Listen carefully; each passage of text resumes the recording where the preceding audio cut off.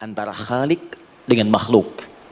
Jadi kalau kita ingin bedakan Tuhan dengan hamba, maka di antara titik penting perbedaannya, kata Allah langsung itu terletak pada aspek ibadah, khususnya sholat.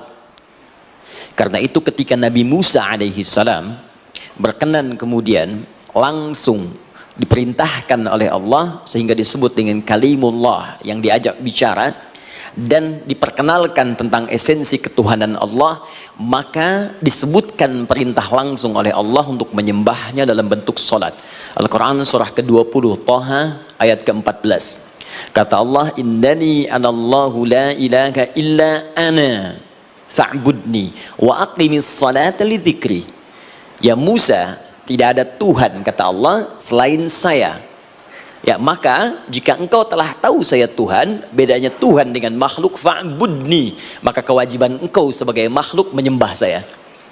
Bagaimana caranya ya Allah, kata Musa? Kata Allah, wa aqimis salata, rahmatullah, wa aqimis salata lidzikri. Maka cara menyembahku itu adalah dengan solat.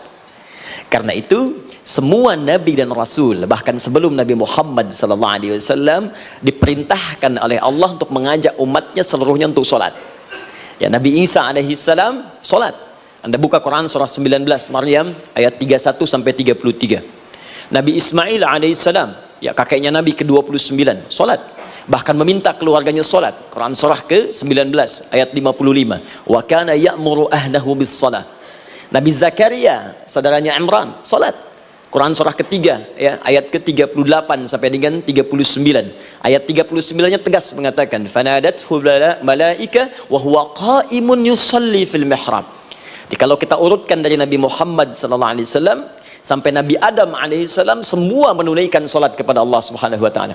Ya, Muhammad bin Abdullah bin Abdul Muttalib bin Hashim bin Abdul Manaf bin Qusay bin Murrah bin Kilab bin Ka'ab bin Ghalib bin Fihir bin Malik bin Nadar bin Kinana bin Khuzaimah bin Mudrikah bin Ilyas bin Nizar bin Mudar bin Ma'ad bin Adnan bin Addi bin Adri bin Muqawwam bin Nagur bin Tarikh bin Ya'rub bin Yasjub bin Nabit bin Ismail alaihissalam bin Ibrahim alaihissalam bin Azar atau bin Nahur bin Abir bin Kinan bin Arfakhshad bin Sam bin Nuh alaihissalam bin Mihlail Matushala bin Kinan bin Anwas bin Thith bin Adam alaihissalam. Dari Nabi Muhammad SAW sampai Nabi Adam semua salat. Coba ulangi. Nanti dalil singkatnya dari Quran surah keempat ayat 163, paling kiri sebelah atas di mushaf. Inna auhayna ilaika kama auhayna ila Nuhin wan nabiyyin min ba'di. Muhammad, apa yang kami telah wahyukan kepadamu sudah pernah pula kami sampaikan kepada Nuh alaihissalam dan nabi-nabi setelahnya. Kenapa tidak disebutkan Adam sebelumnya? Karena Adam itu nabi, bukan rasul. Nabi diberikan risalah untuk pribadi dan kalangan dekatnya, rasul diberikan risalah tugas untuk mengajak umat. Kenapa Nabi Adam bukan rasul? Karena zaman Nabi Adam belum ada umat. Siapa yang mau diajak? Ya? Ini bagian pertama. Jadi kalau kita hari ini masih mendapat kesempatan sholat, alhamdulillah, ini artinya sampai hari ini kita masih benar-benar manusia. Kan kalau ada orang yang kemudian tidak mau beribadah apalagi salat, terkhusus ketika dia beriman, maka penting dipertanyakan, masihkah ada iman dalam dirinya? Karena itu kata Allah dalam Al-Quran surah ke-8 ayat yang kedua, aku akan perdengarkan namaku sehingga ketika disebutkan itu kita bisa menguji adakah getaran iman dalam jiwa kita. Quran surah 8 Al-Anfal ayat kedua. Innamal mu'minuna alladzina idza dzukirallahu wajilat qulubuhum. Sungguh orang yang masih punya iman itu kalau diperdengarkan nama Allah kepadanya akan ada getaran dalam jiwanya. Karena itu setiap hari 5 kali diperdengarkan nama Allah untuk menguji di jiwa kita masih ada iman tidak. Bahkan dari bangun tidur, bayangkan waktunya dibagi sempurna persis. Dari mulai subuh baru bangun, menjelang ke siang, mau berakhir siang ke sore, sore pindah ke maghrib, hilang kemudian muncul gelap malam. 5 kali persis dibagi waktu, diperdengarkan untuk menguji. Kira-kira setelah subuh siang masih ada nggak iman? Sore masih ada nggak? Ya Allahu Akbar, Allahu Akbar. Karena itu kalau iman masih ada melekat di jiwa kita, demi Allah saya katakan, begitu kita mendengar suara azan, pasti hati kita akan mengatakan Allahu Akbar, Allahu Akbar. Wih, sudah azan ya? Pernah begitu? Ya, walaupun mungkin setelah selesai la ilaha illallah baru azan, belum qomat. Ya, itu normal, gak apa-apa. Yang penting iman masih ada. Nah, ini menunjukkan ada getaran dalam jiwa. Satu itu. Yang kedua, Ini yang jarang dimanfaatkan teman-teman. Jadi seringkali sholat dimaknai pada ibadah formal bagian pertama saja. Adapun yang keduanya, ini yang jarang digali. Padahal sekali saja dalam sehari, itu 5 kali Allah menunggu kita. Ternyata sholat itu satu-satunya wasilah ibadah yang disebutkan dalam Al-Quran untuk langsung memohonkan semua kebutuhan yang kita rasakan. Bahkan sebelum kita diminta sholat, itu kalimat pertamanya bukan ibadahnya. Kata Allah, kamu punya masalah apa? Sedang butuh apa? Sedang punya problem apa? Buka Quran surah kedua Al-Baqarah ayat ke-45 sampai 46. Paling kanan pertengahan di usad. Wasta'inu bis-sabri was-salah. Perhatikan kalimatnya, indah sekali. Ya Allah menempatkan sholatnya bagian kedua. Kata Allah, wasta'inu, hei hambaku, jika kalian punya persoalan dalam kehidupan, maka, perhatikan kalimatnya baik-baik, wasta'inu, mintakan solusinya kepadaku. Jadi kalau sedang punya masalah, bukan bikin status, gak akan selesai. Oh, sedang eksplorasi minyak, gak keluar-keluar, bikin status. Duh, susah sekali yang ngebornya, gak akan selesai. Jalan macet, bikin status. Jakarta macet, ya gak akan selesai. Ya, apa yang harus dilakukan? Kata Allah, jika Anda beriman kepadaku, yakin denganku, maka wasta'inu, punya persoalan, minta kepada Allah. Caranya bagaimana? Satu, bis-sabri, terima dulu masalah itu, jangan dikeluhkan. Kaidah lain muncul, karena mustahil saya akan titipkan persoalan kalau tidak Anda mampu mengatasinya. Kaidah Quran surah kedua ayat 286, kita hafal ayatnya.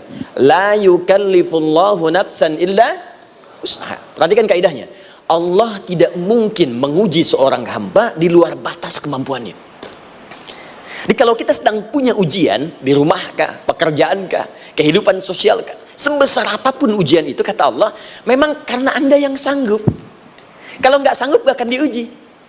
Di ujian itu berbanding lurus dengan kemampuan. Mustahil seorang hamba diuji di luar batas kemampuannya. Jadi kalau Anda sekarang pun sedang punya masalah sebesar apapun, kata Allah, memang cuma kamu yang sanggup, yang lain tidak. Maka jangan mengeluh. Jangan Anda katakan, ya Allah, why me? Kenapa saya? Kata Allah, why not? Memang kamu yang mampu, yang lain tidak. Nah, ketika Anda bisa menerima itu dengan sabar, baru datang kalimat kedua, wassalah. Kemudian datang, tunaikan sholat dan mintakan solusi kepadaku lewat sholat. Ya, sedikit ya, lihat sini. Saya berikan sedikit uraian Al-Quran. Saya boleh menulis ini? Boleh ya? Ibu, maaf, agak jauh. Ibu kelihatan ini? Oh, belum saya tulis. Bagaimana bisa kelihatan? Luar biasa. Cuma di Pertamina belum ditulis sudah kelihatan. Maaf. Lihat sini. Wasta'inu. Baik, ya. Saya ingin sedikit sekali. Ini redaksi Quran itu indah sekali diksinya. Wasta'inu. Lihat sini. Kata Allah, jika Anda punya persoalan dalam hidup, maka mintakan solusi. Terima dulu masalahnya dengan sabar, karena kita dipercaya oleh Allah. Gini cara memahaminya. Allah aja percaya dengan kita. Masa kita nggak percaya diri? Allah yakin dengan kita, kita mampu. Masa kita nggak yakin? Terima dengan sabar, kemudian wassalah, mintakan solusinya lewat salat. Kata perintahnya dibuka dengan kalimat wasta'inu. Kalau kita ingin rubah kata perintah ini, fi'il amr, ingin dirubah ke dalam bentuk permohonan, minta, maka rubah kalimatnya menjadi nasta'in. Lihat, nasta'in. Baik, wasta'inu, kata Allah, kalian punya persoalan, ayo minta solusi padaku. Terus kita pengen minta, ya Allah, kami ingin minta. Maka dalam bahasa Arab, kalau kita ingin merubah kalimat ini ke dalam bentuk permintaan, kita katakan nasta'in. Saya tanya pada Anda, pernah nggak dalam sholat kita mengucapkan kalimat nasta'in? Ada? Masih ingat? Baik, apa kalimatnya? Iyyaka na'budu wa iyyaka nasta'in. Perhatikan, iyyaka na'budu wa iyyaka nasta'in.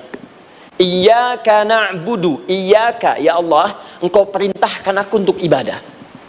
Maka sekarang aku ibadah, sholat, hanya kepadamu saja. Kan kata Allah, kamu sholat. Terus kita katakan, iyyaka na'budu, sekarang kami sholat, ya Allah. Nama lain sholat itu ibadah. Kalau kita ibadah, na'budu. Dari mana tahunya nama lain sholat ibadah? Quran surah ke-20 ayat ke-14. Fa'budni wa aqimis sholata li dzikri. Ibadah kepadaku caranya sholat. Maka saat sholat kita katakan, iyyaka na'budu. Ya Allah, engkau perintahkan aku untuk ibadah, sekarang aku ibadah. Wa iyyaka nasta'in. Dan sekarang aku sedang punya persoalan, ya Allah. Aku punya masalah. Aku punya problem. Dan aku yakin hanya engkau yang pasti akan menyelesaikannya. Ketika Anda mengatakan iyyaka nasta'in, perhatikan hadis qudsinya. Hadisnya qudsi. Ya. Al-Imam Al-Bukhari meriwayatkan, Imam Muslim meriwayatkan, An-Nasa'i meriwayatkan dari sahabat Abu Hurairah radhiyallahu taala anhu. Ada lagi yang dari sahabatnya Anas bin Malik. Perhatikan kalimatnya. Idza qala al-'abdu iyyaka na'budu wa iyyaka nasta'in, jika hambaku dalam salatnya benar membacanya, benar dari awal salatnya sampai dengan kalimat iyyaka na'budu wa iyyaka nasta'in, ya Allah, sekarang aku ibadah kepadamu dan sekarang aku punya persoalan. Aku mohonkan solusinya darimu. Kata Allah, hadza baini wa baina 'abdi. Ini perjanjian antara aku dengan hambaku. Wali 'abdi. Hadisnya qudsi. Wali abdi, kalau hambaku benar salatnya sampai kalimat ini, masa'alah, apapun yang dia minta sekarang aku akan kabulkan. Aku akan kabulkan. Pertanyaan saya, berapa di antara kita yang salat sampai detik ini ribuan kali ruku dan sujud yang memanfaatkan momentum ini untuk memohon? Siapa di antara kita yang ketika salat memohon kepada Allah solusi? Jangan-jangan selama ini salat itu hanya menjadi formalitas saja. Takbir, ruku, sujud, salam, selesai. Takbir, ruku, sujud, salam, selesai. Padahal Allah sudah menunggu, hambaku, kamu itu punya masalah apa? Makanya setiap waktu dibagi 5 supaya hidup kita ringan. Subuh ke zuhur punya masalah, zuhur salat. Begitu kita mohon, tuntas masalah itu. Zuhur ke asar punya persoalan, asar salat. Dijawab oleh Allah, tuntas persoalan itu.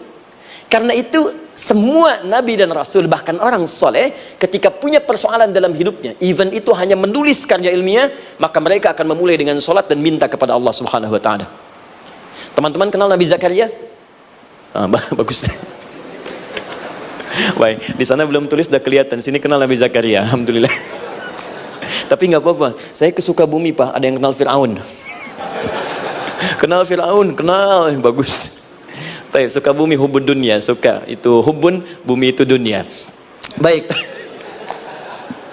Teman-teman, Nabi Zakaria itu diuji oleh Allah. Maaf, belum punya keturunan. Dan semua nabi punya ujian. Jadi jangankan kita, nabi aja yang jelas surganya punya ujian. Ya, Anda pernah sakit, Nabi Ayub sakitnya lebih parah dari kita.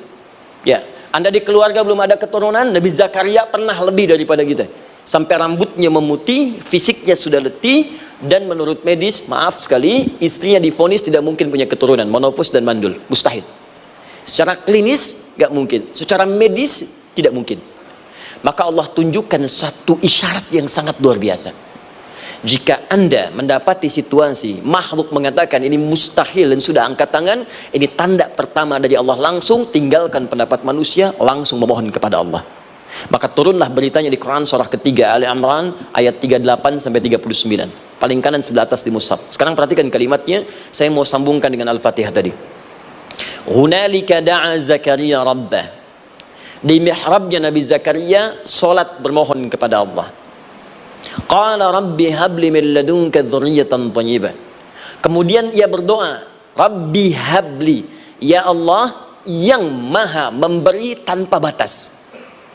Ini adab pertama, kalau teman-teman mau berdoa, sebut nama Allah sesuai dengan hajat kebutuhan kita.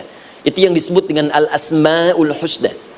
Di Asma'ul Husna itu bukan nama-nama indah yang sekedar dihafal, bukan. Tapi nama yang diberikan oleh Allah sesuai dengan kebutuhan hidup kita. Dalilnya Quran surah ke-17 ayat 110. Ya, paling kanan sebelah atas di mushaf, ke pertengahan. Ya, kata Allah, Qulid Allah. Jika Anda punya persoalan, sebut nama Allah. Allah Awir Rahman atau Ar-Rahman. Ayyamma tad'u, tapi kalau Anda ingin spesifik meminta, falahul asmaul husna. Pilih nama Allah, ia punya nama-nama yang indah sesuai kebutuhan kita. Jadi kalau teman-teman misalnya minta kelancaran rezeki, sebut ya Allah ya Razzaq. Anak mau ujian, ya Allah ya Al-Alim. Di proyek misalnya ada hambatan, ada gangguan, ya Allah ya Al-Jabbar ya Al-Malik. Ingin mudah mengatasi ujian, ya Allah ya Sabar, minta. Ya, jangan semuanya disebutkan, nanti jadi beban. Ya, Allahumma ya Rahman ya Malik ya Quddus ya Sabar, gitu kan? Yang tadinya nggak punya masalah jadi macam punya masalah, gitu kan? Pilih salah satu.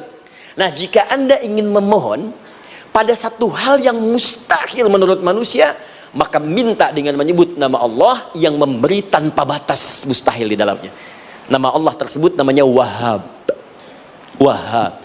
Ya Allah, ya Wahhab. Al-Wahhab.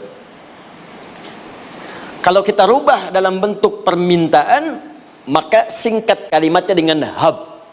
Hab. Untuk sendiri habli, untuk banyakkan hablana. Rabbana hablana min azwajina wa dzurriyyatina qurrata a'yun. Nabi Zakaria minta karena sendiri yang mengalami situasi itu, maka beliau katakan, Rabbi habli, ya Allah, habli min ladunka, ya Allah yang tak punya batas dalam pemberian.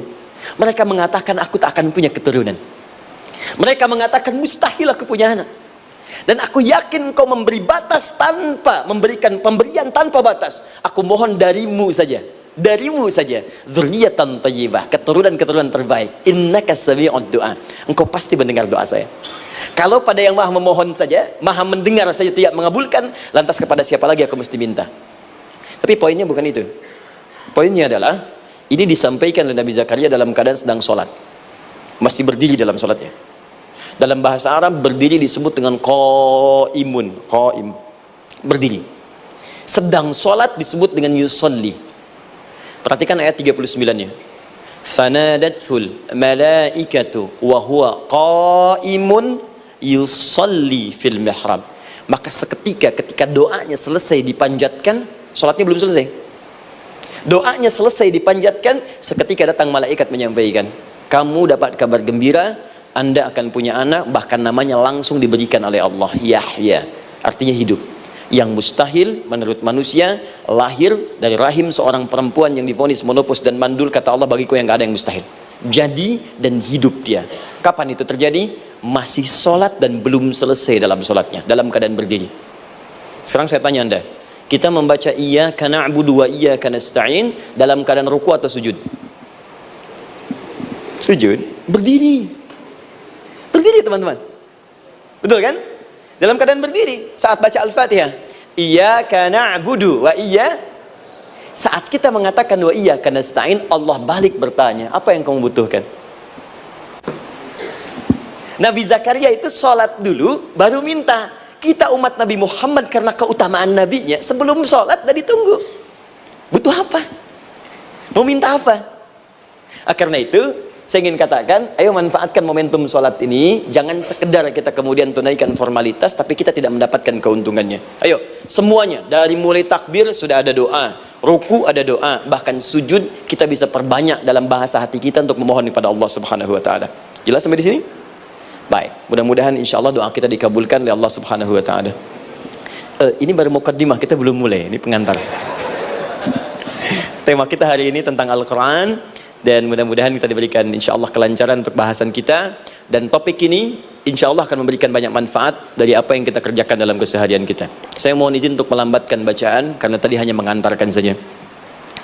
Teman-teman, kenapa mesti Al-Quran? Apa esensi Al-Quran? Dan kenapa Al-Quran diwahyukan pada Nabi Muhammad SAW? Apakah khusus untuk sekedar dibaca? Atau ada satu nilai yang sangat penting yang justru itu mengandung nilai mukjizat yang paling dalam dari Al-Quran? Yuk kita mulai dengan Al-Quran surah kedua Al-Baqarah ayat ke-38, paling kanan sebelah atas, disambungkan dengan Quran surah kedua ayat 185, paling kiri pertengahan di mushaf. Quran surah kedua ayat 38 dengan Quran surah kedua ayat 185. Saya mulai dari kisah Nabi Adam. Saya pelan-pelan. Nabi Adam saat diciptakan oleh Allah, kemudian diberikan informasi bahwa beliau akan bertugas di bumi, beraktivitas di bumi. Disampaikan di Quran surah kedua ayat 30, paling kiri sebelah atas. Wa idh qala rabbuka lil malaikati inni ja'ilun fil ardi khalifah. Kata Allah, dan pelajari, ingat ketika kami menyampaikan pada para malaikat, kami akan menugaskan satu makhluk manusia namanya Adam di bumi tugasnya untuk menjalani hidup di bumi. Nah, secara singkat, setelah Nabi Adam turun ke bumi di awal masa bersama Sayyidah Hawa, ya alaihi wassalam, maka ternyata bersamaan dengan turunnya Adam dan Hawa ke bumi itu, mereka berdua dibekali petunjuk, yang dengan petunjuk itu, ini yang dahsyat, Allah jamin semua aktivitas hidupnya dari mulai yang sederhana sampai yang kompleks, pasti jika diikuti petunjuk ini, dia akan senang menjalaninya dan akan tenang mendapatkan hasilnya. Ya, perhatikan kalimatnya. Quran surah kedua ayat 38. Fokus. Qul nahbitu minha jami'a. Kata Allah, sekarang tiba saatnya. Adam, Hawa, turun kalian ke bumi. Kalau setan kita tinggalkan aja ya. Ini kita bahas Adam dulu. Turun kalian semua ke bumi. Fa imma ya'tiyannakum minni huda. Maka nanti sejak kalian tiba di bumi itu, aku akan turunkan satu petunjuk disebut dengan hudan namanya. Hudan. Fokus. Faman tabi'a hudaya, maka jika Anda dan keturunanmu mengikuti semua detil di petunjuk ini, fala khaufun 'alaihim wala hum yahzanun, maka aku pastikan engkau dan seluruh keturunanmu akan menjalani hidup di muka bumi dengan tenang dan senang. Fala khauf, khauf itu gelisah, takut. Lawan dari takut apa? Tenang. Lawan dari gelisah, tenang. Kata Allah, jika Anda mengikuti tuntunan hidup yang ini, maka saya jamin semua hidupmu tenang. Walahum yahzanun, dan saya pastikan selama hidup di muka bumi itu kalian tidak akan pernah bersedih. Senang. Lawan sedih itu senang. Jadi ternyata kita itu diminta tugas di bumi itu bukan untuk dipersulit. Jadi kalau ada yang hidup sampai saat ini sedih deh, di rumah tangga sedih, di kantor nggak tenang, pasti di antara poinnya bukan nggak mampu senang, tapi boleh jadi yang hidup ini tidak membaca petunjuk kehidupannya. Anda kerja di perusahaan, teman-teman ada yang di Pertamina, ada yang di yang lain. Kalau Anda nggak ikuti petunjuk, kan pekerjaan tidak akan berlangsung dengan nyaman kan? Kalau Anda nggak ikuti aturannya, bagaimana bisa mengerjakan petunjuk itu dengan nyaman? Maka apalagi hidup yang kompleks, kata Allah, sejak Adam saya turunkan, sudah ada petunjuk kehidupan, saya namakan dengan hudan. Anda ikuti petunjuk ini, maka langsung jaminan dari Allah, semua yang Anda jalani dalam hidup, pasti saya jamin senang dan tenang. Petunjuk ini disebut apa? Hudan. Nah, agak cepat. Di setiap masa, Nabi Adam selesai hidupnya, generasi kemudian berkembang, datang lagi Nabi Nuh, sampai ke Nabi Muhammad SAW. Perhatikan baik-baik. Setiap berganti generasi akan turun hudan sesuai dengan kebutuhan masyarakatnya pada saat itu. Baik, Nabi Musa menerima kitab apa namanya? Nabi Musa Taurat. Taurat disebut hudan dalam Al-Quran. Muncul Nabi Musa, kitabnya disebut Taurat. Perhatikan baik-baik. Tahukah teman-teman ketika Taurat disebutkan dalam Al-Quran? Buka Quran surah ke-17. Ya, ayat yang kedua. Wa ataina Musal kitaba. Kami berikan kepada Musa kitab. Lihat, wa ja'alnahu hudan li bani Israil. Dan kitab yang kami berikan itu, yang disebut Taurat, Ali Imran ayat yang ketiga, wa anzalat Taurata wal Injil. Kami berikan Taurat kepada Musa. Nah, saat Allah turunkan Taurat itu, hudan li bani Israil. Isi Taurat ini adalah petunjuk kehidupan khusus untuk Bani Israel saja, umatnya Musa. Jadi kalau umat Nabi Musa mengikuti petunjuk hudan Taurat ini, kata Allah, saya jamin semua hidupnya tenang dengan senang. Nabi Isa turun Injil. Injil disebut hudan dalam Al-Quran. Dan yang terakhir, saya cepat karena waktu kita terbatas, ketika Allah menurunkan Nabi Muhammad SAW dan dipilih sebagai Rasul, maka saat yang bersamaan beliau pun diberikan petunjuk untuk umatnya. Dan dahsyatnya, petunjuk itu pun disebut dengan hudan. Buka Quran surah kedua ayat 185. Syahrul Ramadan alladzi unzila fihi al-Quran. Di bulan Ramadan itu, kata Allah, saya turunkan Al-Quran. Kenapa saya turunkan Al-Quran? Hudal linnas. Saya jadikan Quran ini sebagai petunjuk, pedoman hidup linnas, bukan terbatas untuk satu komunitas, tapi untuk seluruh manusia sampai kehidupan berakhir. An-Nas disebutkan 241 kali dalam Al-Quran, menunjuk pada semua manusia tanpa kecuali. Ini bedanya Al-Quran dengan kitab sebelumnya. Taurat hanya untuk kalangan tertentu saja. Jadi selesai nabinya, selesai kitabnya. Injil hanya kalangan tertentu saja. Nabinya selesai, selesai kemudian misinya. Tapi Al-Quran tidak. Ini kalimat pertama langsung dari Allah, walaupun nabinya wafat, tapi karena Al-Qurannya didesain oleh Allah untuk seluruh manusia sampai kehidupan berakhir, maka pasti Al-Quran itu di setiap masa akan mampu dijadikan pedoman dalam kehidupan. Jadi prinsip pertama, ketika Allah menurunkan Al-Quran, sebenarnya tujuan utamanya bukan sekedar dibaca, bukan. Tapi di dalamnya itu ada petunjuk hidup, Pak, Bu. Dan yang buat, yang menciptakan kita. Bukankah Anda kalau ingin memperbaiki sesuatu akan datang kepada penemunya, penciptanya? Anda punya handphone, ada masalah, kan datangnya ke counter handphone. Anda punya mobil, ada persoalan, bukankah datangnya ke dealer? Sekarang kita ingin tahu persoalan hidup kita, ingin tahu gambaran hidup kita, ingin tahu misi dan visi hidup kita. Kemana kita kemudian bertanya ya? Pada pencipta kita. Nah, kata Allah, ketika saya utus manusia pertama kali ke bumi, saya sudah turunkan bagaimana cara menjalani kehidupannya. Dan ternyata berita baiknya untuk kita diberikan oleh Allah satu petunjuk utuh, langsung disebutkan, isinya disebut dengan Al-Quran. Jadi dari Al-Fatihah sampai dengan An-Nas, dia bukan bacaan biasa. Semua di dalamnya ada petunjuk kehidupan kita, dari mulai bahkan dalam kandungan sampai kita wafat kepada Allah Subhanahu wa taala. Kalau diikuti petunjuk ini, langsung turun jaminan dari Allah, hidup kita pasti akan tenang dan nyaman. Saya bacakan cepat ya, tapi nggak usah ditulis. Nanti kalau teman-teman agak terlambat mengikutinya, Anda buka kembali rekamannya, Anda boleh runtutkan kembali. Saya baca cepat saja, dan ini insya Allah Anda hanya akan temukan dalam Al-Quran. Nanti saya berikan rahasia di akhir sebelum kita akhiri. Yuk, satu, Anda silahkan bandingkan dengan buku manapun, referensi manapun, Anda hanya akan temukan dalam Al-Quran. Dari sejak sebelum lahir, bagi perempuan yang tengah mengandung, langsung Allah berikan tuntunan bagaimana agar kandungan itu berjalan dengan sehat, nyaman, dan mudah ke persalinan. Quran surah ke-7 ayat 189. Perkembangannya bisa diamati dan dicek kemudian, ya, baik ke dokter atau yang lain. Nanti perkembangannya disebutkan di Quran surah ke-22 ayat ke-5. Dirinci lagi di Quran surah ke-23 ayat 11, dari 9 sampai dengan 13. Kemudian mulai terlahir, dari lahiran diberi petunjuk oleh Allah. Nih, berikan ASI maksimal 2 tahun. Kalau ingin berhenti sebelum 2 tahun boleh, begini caranya. Quran surah kedua ayat 233. Dari sampai usia 2 tahun menjelang balik, kata Allah berikan 4 pendidikan dini. Ini turunannya disebutkan 1, 2, 3, 4. Jika Anda ajarkan ini, maka anak ini akan tumbuh. 1, dekat dengan Allah. 2, dijamin taat pada orang tuanya. 3, dia akan baik dengan lingkungannya. Dan 4, dia akan bertahan dalam kebaikan sampai dia dewasa. Quran surah ke-31 ayat 13 sampai dengan 19.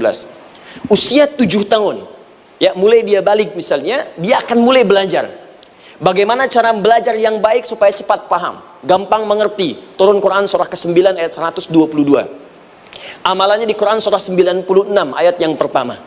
Kemudian rinciannya diturunkan di Quran surah kedua ayat 282 di ujung ayatnya. Lalu bagaimana mencari sekolah yang bagus, majlis yang baik, guru-guru yang baik, diturunkan Quran surah ke-58 ayat ke-11. Dicontohkan tentang Maryam dan Nabi Isa alaihissalam di Quran surah ketiga ayat 35 sampai dengan 37. Naik lagi, dia mulai dewasa, ya, mulai bergaul, bahkan kadang-kadang merantau, punya tempat komunitas berbeda.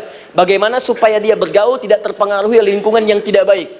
Maaf ya, kadang-kadang ibu yang sudah mengandung, melahirkan, ayah mencari nafkah, tiba-tiba anak pergi bahkan ke kampus, ke sekolah, dapat teman yang gak bagus, pulang-pulang mengecewakan Anda. Dan bagaimana menemukan tempat-tempat yang baik untuk bisa menjaga perilaku anak ini? Ditemukan nanti di Quran surah ke-49 ayat ke-13-nya. Dirinci perkembangannya di Quran surah ke-12 Yusuf ayat 2 sampai dengan ayat 29-nya. Sampai ketika dia akan mulai kemudian menikah, kata Allah pilih pasangan yang baik dengan ta'aruf, berikan mahar yang sempurna. Quran surah ke-4 ayat ke-4. Kemudian dia mulai menikah, kata Allah sebelum menikah pelajari dulu fikih nikah. Banyak orang yang menikah tapi karena tidak belajar tentang persoalan rumah tangga, apa yang akan terjadi di rumah tangganya. Detil Pak, Bu. Kata Allah ini, kalau kamu berbuat begini akan ada miskomunikasi. Kalau ada miskomunikasi persoalannya akan begini, solusinya begini.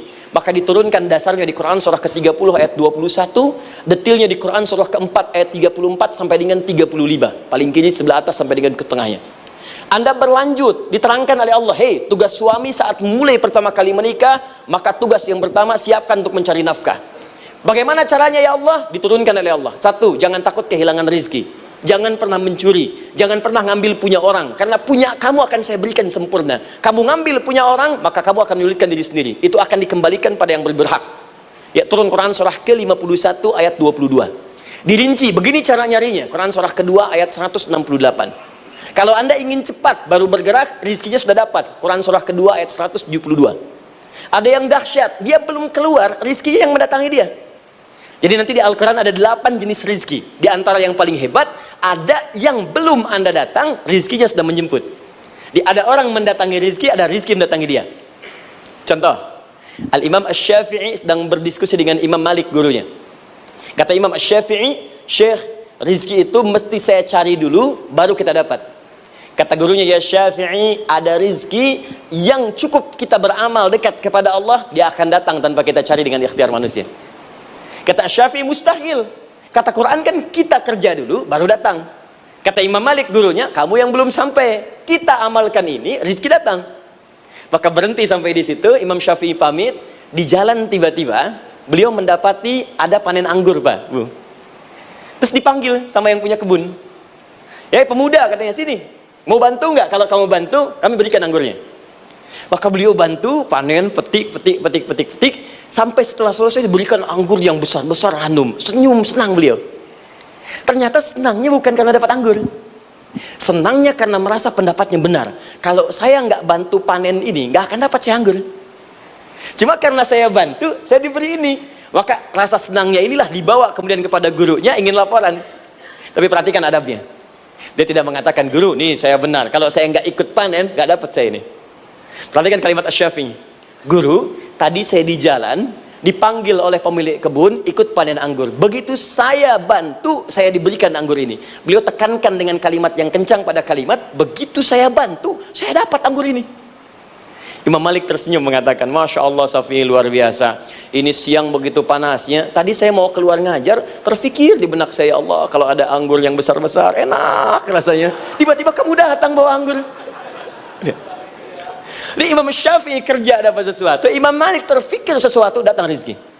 Itu ada di Quran surah ke-7, teman-teman, ayat ke-96, paling kanan sebelah atas di mushafnya. Baik, teruskan dulu. Ya, Anda dalam mencari kerja, ingat, kalau Allah yang sampaikan pasti terjadi. Jangan dikira mudah. Kata Allah akan ada persaingan, akan ada kadang-kadang singgungan, akan ada tantangan, maka mulai petakan tantangan apa yang akan Anda lalui saat Anda mulai mencari nafkah itu. Maka turun Quran surah kedua ayat 214, paling kanan sebelah bawah. Am hasibtum an tadkhulul jannata. Hei, apa kamu mudah begitu saja mengira akan sukses dalam pekerjaanmu? Bahkan bisa diartikan surga, ingin masuk surga. Walamma ya'tikum mathalul ladzina khalau min qablikum. Sebelum engkau diuji seperti orang sukses dulu pernah sukses. Lihat mereka. Enggak ada orang sukses yang instan. Cuman balikan telapak tangan dapat, tidak. Kata Allah, lihat orang-orang dulu. Lihat orang-orang hebat dulu, bagaimana mereka bisa kaya, bisa sukses, bisa punya posisi. Masat umul ba'sa, petakan olehmu tantangan apa yang akan dihadapi saat engkau bekerja itu. Satu, kata Allah, ba'sun, ada yang ringan. Ya, ba's. Ba'sa, jama' dari kata ba'sun. Dua, dara', ini sudah menengah, jama' dari kata durun. Tiga, zilzal, ini yang paling tinggi puncaknya. Jadi kalau Anda sudah mendapatkan ini, yakinlah, berarti Anda akan mendapatkan posisi yang tinggi. Karena mustahil orang besar diuji dengan ujian yang kecil. Zilzal, ini bagian ketiga. Ba'sa, ba'sun, mulai. Kira-kira tantangan-tantangan ringan apa saja yang akan Anda hadapi? Ya, kalau saya contohkan misalnya dengan contoh yang lain singkat, Anda mau ke masjid, ingin konsisten, mulai hijrah, ingin dekat dengan Allah, tiba-tiba yang tadinya nggak mau ke masjid, mulai ke masjid, diuji dengan hujan. Hujan kecil, rintik-rintik, shower. Begitu hujan, orang Arab mengatakan kalau hujannya bisa lewat tanpa payung pun, orang Arab mengatakan la ba'sa. La ba'sa ini ringan. Orang kita sambungin, labas. Dari bahasa Arab, lewat. Nah, jadi kalau Anda mau berangkat nih, siap bekerja, siap hadapi tantangan. Baru mau lewat hujan kecil, berarti itu tantangan kecil kita lewati. Macet, petakan, cari jalan yang kemudian sempurna, jalan yang kosong, buka Google-nya, buka Waze-nya, buka map-nya, cari. Jadi kalau pada yang kecil aja belum kita lewati, bagaimana mendapatkan yang besar? Anda mau ke masjid, dikasih hujan kecil, Mau berangkat gak jadi. Papa, kenapa gak jadi? Hujan mah, kan ada payung. Takut riak. Tuh. Setelah itu darwa. Maaf, tantangan fisik. Kadang-kadang mulai ke fisik, mulai mengganggu. Ya, maaf, dirincikan kemudian oleh Al-Quran. Turun Quran surah ke-21 ayat 87 sampai 88, kisah Nabi Yunus alaihissalam. Yunus beraktivitas, bekerja, bukan berarti nggak ada tantangan.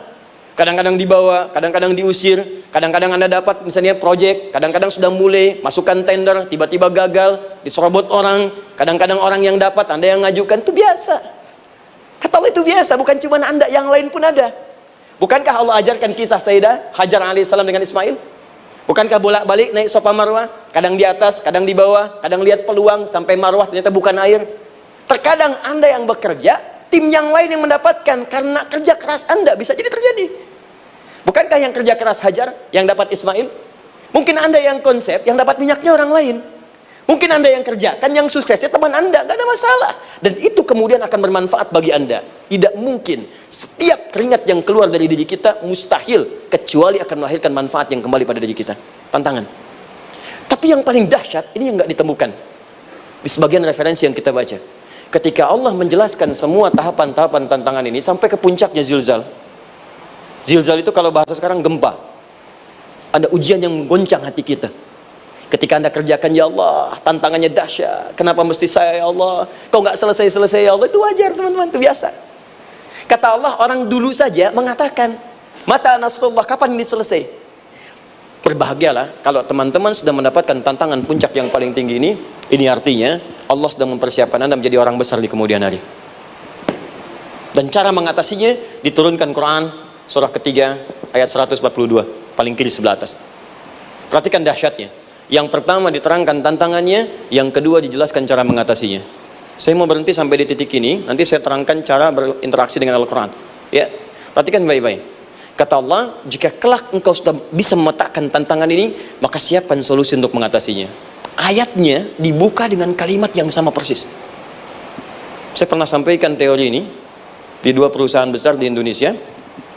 Yang pertama, ada salah satu perusahaan, karena ini direkam saya nggak sebutkan perusahaannya, perusahaan otomotif besar, sedang turun gratis, kemudian juga ada inflasi yang tinggi.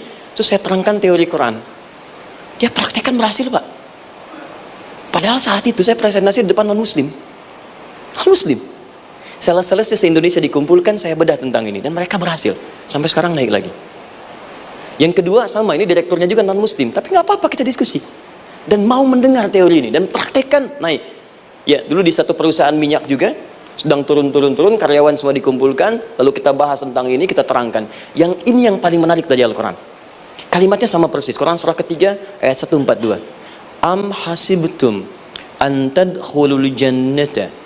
Apa Anda duga akan begitu mudah mendapatkan kesuksesan dalam hidup? Tolong fokus baik-baik. Jangan selalu mengartikan jannah dengan surga. Karena asal kata jannah itu artinya kesuksesan, kebahagiaan yang belum tampak. Surga, kenapa disebut dengan jannah? Karena itu puncak kebahagiaan kita yang belum nampak sekarang. Ya, saya kasih rahasia ya. Ini antara kita saja nih. Kalau ada kata jim dengan nun di depannya, itu pasti tidak nampak, tersembunyi. Apapun tambahannya. Ya, misal jin, kenapa disebut dengan jin? Karena memang ketika diciptakan dia tidak tampak, tersembunyi. Lawannya ins, karena itu kita disebut ins, karena saat lahir kita tampak. 18 kali disebutkan dalam Al-Quran. Ya ma'syaral jinni wal ins, wa ma khalaqtul jinna wal ins. Jadi jin disebut jin karena memang fitrahnya tersembunyi, nggak nampak. Jadi kalau ada jin melakukan penampakan, itu jin sedang kena masalah, sedang keluar dari fitrah. Sama dengan manusia, harusnya tampak. Jadi kalau ada manusia yang senang sembunyi-sembunyi, dia sama dengan, bukan saya yang bilang, sedang punya masalah. Ke kantor, sembunyi-sembunyi, hati-hati Pak Alfian tuh. Biasa ada pintu depan, masuk pintu belakang. Suami di rumah, buka WA, sembunyi-sembunyi. Bu, hati-hati tuh. Pulang lewat pintu belakang, berarti sedang punya persoalan dalam hidup. Setiap ada jim dengan nun, pasti tersembunyi. Ibu punya janin. Rahim, dalam rahim ada janin. Kenapa disebut dengan janin? Jim, nun, ya, nun. Karena sosok itu belum nampak dalam pandangan kita. Nanti kalau sudah lahir, baru tampak. Jannah, kenapa disebut jannah? Karena belum tampak dalam pandangan kita. Nanti kelihatan. Karena itu dalam Al-Quran, kata jannah itu tidak dikhususkan dengan surga. Tidak dikhususkan dengan surga. Kadang-kadang menunjuk aspek kesuksesan yang belum tampak. Anda mau ngebor minyak, minyaknya belum tampak. Belum kelihatan. Anda mau kerja, ya hasilnya kan belum tampak, baru ikhtiar sekarang. Karena itu orang Arab disebut kaya kalau mereka mendapatkan kebun yang tak tampak sebelumnya. Kebun anggur, bukan kurma, kalau kurma banyak. Kebun anggur, ada apel, ada jeruk, sampingnya ada sungai-sungai, disebut dengan jannah. Ya, kalau punya unta, nggak kaya di Arab, biasa. Karena yang kelihatan padang pasir, unta, hitam, merah, biasa. Tapi kalau sudah punya kebun anggur, yang sulit di padang pasir ada kebun, itu baru disebut kaya. Karena itu orang Arab kadang mengartikan jannah dengan aspek kesuksesan yang belum tampak. Diartikan dengan kebun anggur, kebun apel, dan macam-macamnya. Perhatikan, am hasibtum an tadkhulul jannah. Apa Anda duga ingin sukses itu begitu mudah? Sukses jadi tidak. Walamma ya'lamillahu alladhina jahadu minkum wa ya'lamas sabirin. Perhatikan baik-baik. Sebelum Allah memastikan pada diri Anda terdapat dua hal yang paling utama untuk mengatasi tantangan tadi. Satu, jahadu, kesungguhan, serius. Jadi kalau mau sukses mesti serius, kerja serius, cintai pekerjaan Anda, ya, belajar anak-anak serius, pastikan belajar dengan serius. Jangan cuma anak-anak duduk paling belakang, nggak pernah nanya, kadang ngantuk pulang, ujian, besoknya mau ujian baru belajar, ya, sistem SKS, sistem kebut. Ya, kadang-kadang sejam, Bu, Pak. Saya pernah ada orang di luar ngadu waktu di Libya, Ustadz, gimana ini orang Indonesia? Kenapa? Saya belajar 3 bulan, besok mau ujian. Teman antum orang Indonesia pinjam catatan saya, baru semalam dia dapat 8, saya 7,5.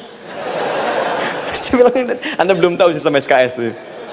Baik, ya? Tapi itu bukan solusi. Begitu ujian selesai, ilmu lupa. Itu poinnya. Jadi kalau hanya sekedar ilmu dipakai untuk ujian, pada prakteknya nggak akan terpakai. Ini banyak anak sekolah sekarang hanya belajar untuk ujian saja. Padahal kalau dipraktekkan, kadang kaitan dengan agama tinggi, Bu, Pak. Fisika itu dengan agama itu tinggi. Gaya F1 sama dengan F2, gaya gerak sama dengan gaya dorong. Gaya sedikit, maka keluarnya sedikit. Pukul kencang, bunyinya kencang. Imannya kalau kuat, amalan jadi banyak. Iman sedikit, amal pun sedikit. F berbanding lurus dengan P, hukum Pascal. Gaya berbanding lurus dengan tekanan. Masuk bab akhlak. Makin banyak gaya, makin banyak tertekan. Nah, itulah. Gaji 5 juta, gaya 10 juta, kan? Ini serius. Serius. Di divisi apapun Anda, saya sepekan lalu lah takziah ke tempatnya yang Habibie, terus diminta tausiah di sana, dan saya perhatikan beliau termasuk yang paling serius ketika diberikan tugas apapun. Gak pernah diberikan amanah kecuali mencintai pekerjaan itu. Yang Habibie demikian. Ciri orang sukses itu serius. Tapi keseriusan itu, kata Allah, petakan jadi 3 bagian lagi. Karena jahadu itu punya 3 turunan kata. Satu, keseriusan merencanakan, disebut ijtihad namanya. Punya rencana. Mappingnya apa? Stepnya apa? Oke, Anda ingin kerjakan sebuah proyek, baik, proyeknya berlangsung berapa lama? Target kita apa? Jangka panjangnya, menengahnya, jangka pendeknya. Kemudian apa tantangan yang akan dihadapi di setiap tahapan-tahapannya? Selesaikan. Bahkan saking pentingnya tahap perencanaan ini ditunjukkan oleh Allah langsung lewat sholat. Teman-teman masih ingat sholat pertama yang kita kerjakan setiap hari, sholat apa namanya? Subuh. Apa artinya subuh? Tuh, ini masalahnya. Ini kata Al-Quran sendiri, ya, kata Al-Quran sendiri. Nanti akan ditemukan orang yang ibadah tidak paham apa yang dikerjakan dan dilakukan dalam ibadahnya. Contoh sholat. Kata Allah, akan ada orang sholat yang saat sholat tidak mengerti apa yang ia baca dan dia lakukan dalam sholatnya. Jujur tanyakan pada diri kita, sampai detik ini, dari sekian ribuan kali ruku dan sujud, berapa persen bacaan sholat yang kita pahami? Jangan-jangan kita ruku tapi nggak ngerti yang dibaca. Sujud tak paham yang diungkapkan, bagaimana bisa khusyuk? Mustahil. Kembali ke sini, kenapa sholat pertama itu disebut dengan subuh? Teman-teman, ternyata semua nama sholat dari subuh sampai isya plus bacaan dan gerakan dari takbir sampai salam itu bukan sekedar gerakan semata, semua ada artinya, ada maknanya, dan diajarkan oleh Nabi langsung.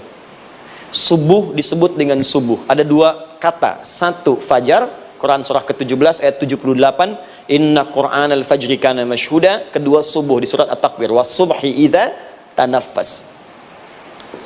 Kenapa disebut fajar? Fajar itu pancaran positif, pancaran kebaikan. Jadi kalau yang baik disebut fajar, kalau yang jelek disebut fujur.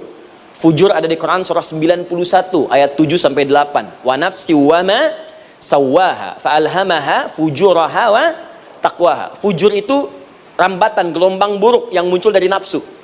Ya, ditembuskan ke elemen tubuh kita. Misal gini. Tiba-tiba pengen marah. Ya, di tubuh kita mengatakan melotot, maka ini ada pancaran di hati kita nyambung kemudian ke mata. Ini rambatan dari sini ke mata disebut fujur namanya. Mau ke tangan pukul, masuk ke tangan. Itu rambatannya disebut fujur namanya. Ya. Yang baiknya disebut fajar. Ya, misal saya ingin sholat, tiba-tiba hati mengatakan sudah azan, merambat ke kaki, cepat melangkah, cepat wudhu. Nah, itu rambatannya disebut fajar namanya, atau infajar. Ini pasti ada, ya. Fujur nama lainnya nafsu, disebutkan 115 kali dalam Al-Quran. Takwa, rambatan fajar, sumbernya takwa, disebutkan 115 kali dalam Al-Quran.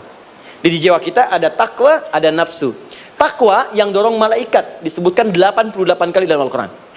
Nafsu yang dorong setan disebutkan sama 88 kali. Di setiap Anda akan mengerjakan satu hal, pasti akan yang mendorong pada yang baik, akan mencegah dari yang baik itu nafsu. Pasti itu. Pak Alfian mau tanda tangan proyek, tiba-tiba disodorkan, Pak, ini Pak, kok begini proyeknya? Perbaiki, karena ada yang nggak beres. Tapi fee-nya lumayan Pak, 1 miliar. Nggak bisa, jiwa takwa mengatakan jangan terima Pak. Bapak mengatakan maaf, ini jari tahiyat, gak akan pernah dipakai maksiat, perbaiki, datang lagi. Ini Pak, kok sama? Fee-nya diperbaiki Pak, 100 miliar. Nafsunya mulai berkata, terima. Takwanya bilang, jangan. Akhirnya beliau katakan, tangan tahiyat gak akan pernah dipakai maksiat. Tapi tunggu, saya istiqoroh dulu.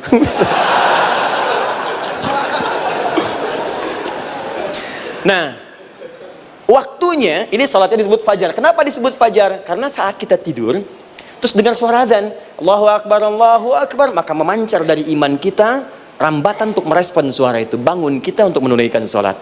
Waktunya disebut subuh. Kenapa disebut subuh? Dari kata asbah. Asbah itu artinya yang siap dengan rencana.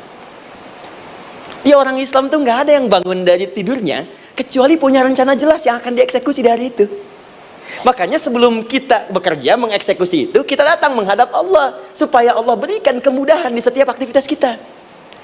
Coba lihat manajemen Nabi. Bukankah sebelum tidur beliau istighfar dulu?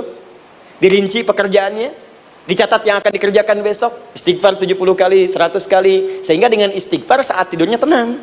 Coba kita biasakan. Ada yang baca Quran, ada yang istighfar. Kalau nggak percaya silahkan cek. Begitu Anda lakukan, tidurnya enak.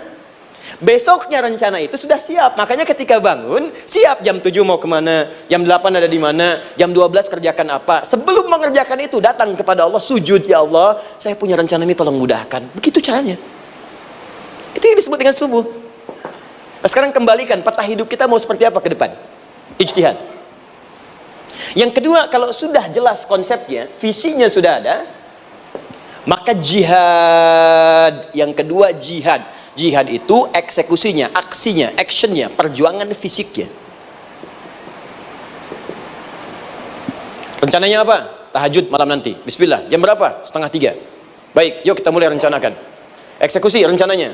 Bagaimana cara kita bangun 2:30? Pasang alarm. Jam berapa alarm dipasang? 3 kali. Pertama 1:30, kedua 2 kurang 1/4, ketiga jam 2 lewat 1/4. Baik. Alarm pertama untuk mematikan alarm kedua. Alarm kedua matikan alarm ketiga. Ketiga siap-siap. Baik. Siap bangun. Jihad. Awas, ini penting ya. Jihad itu jangan dipersempit maknanya kepada situasi peperangan saja, tidak. Banyak jihad itu luas sekali medannya. Karena jihad itu perjuangan fisik. Dan maaf sekali, dalam konteks perang pun bukan menyerang orang, tapi membela diri saat diserang. Di Islam itu bukan agama ekspansi. Cek di sejarah, nggak ada Islam menyerang. Yang ada itu membela diri saat diserang. Atau saat orang lain dizalimi dan kita diminta untuk terlibat, kita membantu. Ini bukan dalam konteks sekarang yang banyak dibincangkan, tembak orang, bom orang, nyerang orang, bukan. Itu waktu kejadian bom Tamrin itu pertama, saya di Lampung posisinya. Itu begitu meledak, tuar. Pertanyaan pertama Pak di Balistani, Ustadz, apakah bom di Jalan Tamrin termasuk jihad? Fisabilillah. Saya bilang, Pak, Sependek pengetahuan saya, jihad fisabilillah itu jihad di jalan Allah, bukan di jalan tamrin. Kaidahnya beda. Nah, misal mencari nafkah itu jihad. Cari nafkah jihad. Quran surah keempat ayat 34, paling kiri sebelah atas. Tugas pertama ketika menikah, kata Allah, ar-rijalu qawwamuna 'alan nisa. Setiap lelaki itu diminta oleh Allah untuk mengatur bagian rumah tangganya. Jadi pemimpin di rumah tangganya. Ya bima faddalallahu ba'dahum 'ala ba'din, karena diberikan kemampuan untuk memimpin. Di pemimpin itu ada di suami. Dan ciri khas pemimpin, Bu, biasanya ciri khas pemimpin apa, Bu? Bukan tegas, bukan. Ciri khas pemimpin itu tidak mau dipimpin. Makanya kalau ada sesuatu, masukkan lewat usulan, jangan beri saran. Kalau saran susah, itu pemimpin. Baik, tapi yang paling luar biasa kata Allah, perhatikan kalimatnya indah sekali. Wa bima anfaqu min amwalihim. Saya berikan tugas untuk mencari nafkah. Ketika seorang lelaki bertugas mencari nafkah, ingat ya, konteks apapun, kalau perempuan nanti bekerja bukan nafkah poinnya. Bisa hobi, ya, bisa aktivitas, tapi nafkah kalau sudah menikah itu ada pada suami. Perempuan tidak. Kalaupun tidak dilarang perempuan bekerja, tidak. Sayyidah Aisyah mengajar, ada yang para sahabiah jadi perawat, ya, ada yang pengajar. Banyak dulu sahabat Nabi yang perempuan mengajar. Ya, kan ada pelajaran-pelajaran khusus perempuan. Ya, ada bagian perawat, ada dokter. Ini kan yang ngandung perempuan, masa yang periksa laki-laki? Ya, ada bagian perempuan tertentu. Itu silahkan bekerja boleh, tapi nafkah laki-laki. Begitu lelaki meniatkan pekerjaannya karena Allah untuk mencari nafkah, itu setiap langkahnya jihad fisabilillah. Wafat, syahid. Maaf ya, apakah selama Anda bekerja sudah diniatkan ibadah? Jangan-jangan cuma kerja aja. Kalau cuma kerja, apa bedanya Anda dengan yang belum beriman? Anda wafat juga. Kerja di gedung yang sama, berangkat menemukan kemacetan yang sama. Apa bedanya iman kita dengan yang lain? Satu, kita pasti wafat, pasti pulang. Dan kita nggak bisa pilih. Ya, nggak bisa pilih. Antum bisa duluan, saya belakangan mungkin. Atau ditukar, saya belakangan, Anda duluan mungkin. Atau memang saya bisa duluan, ya, duluan menyolati Anda. Oke, paham ya? Jadi ibu di rumah jihad, Bu, pada anak, perawat, mengandung itu sudah jihad. Jika wafat dalam proses saya melahirkan atau sedang mengandung itu syahid. Itu jelas nggak ada perbedaan pendapat. Anak-anak yang sekolah niatkan ibadah, Bu, Pak. Mohon maaf ya, mesti ada bedanya. Iman kita di rumah mesti itu terpancar kepada anak-anak. Ajarkan mereka sekolah yang baik. Pilih sekolah yang mengajarkan sholat, mengajarkan baca Quran. Sekarang banyak kok. Fisikanya bagus, Qurannya bagus, kimianya bagus, sholatnya juga bagus. Cari. Kalau bisa dunianya bagus, akhirat bagus, kenapa hanya pilih dunia saja? Siapkan. Itu jihad. Terakhir, tidak mudah mengeksekusi ini. Pasti ada tantangan yang ketiga. Namanya mujahadah. Mujahadah. Tantangan mengatasi gejolak jiwa. Kadang-kadang malas, capek, ya, belum eksekusi dilakukan, sudah berdebat pada yang tidak penting, sehingga tidak menghasilkan kesimpulan, ragu-ragu, khawatir, maka atasi semua itu. Turun Quran surah kedua ayat 216.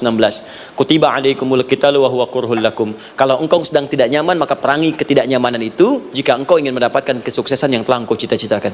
Asa an takrahu syai'an fa huwa khairul lakum. Boleh jadi apa yang engkau tidak rasakan sekarang, engkau rasakan gak enak, gak nyaman, di balik itu Allah sedang siapkan sesuatu yang lebih baik untukmu. Wa asa an tuhibbu syai'an fa huwa syarrul lakum. Mungkin yang engkau harap-harap sekarang boleh jadi itu belum baik untukmu sekarang.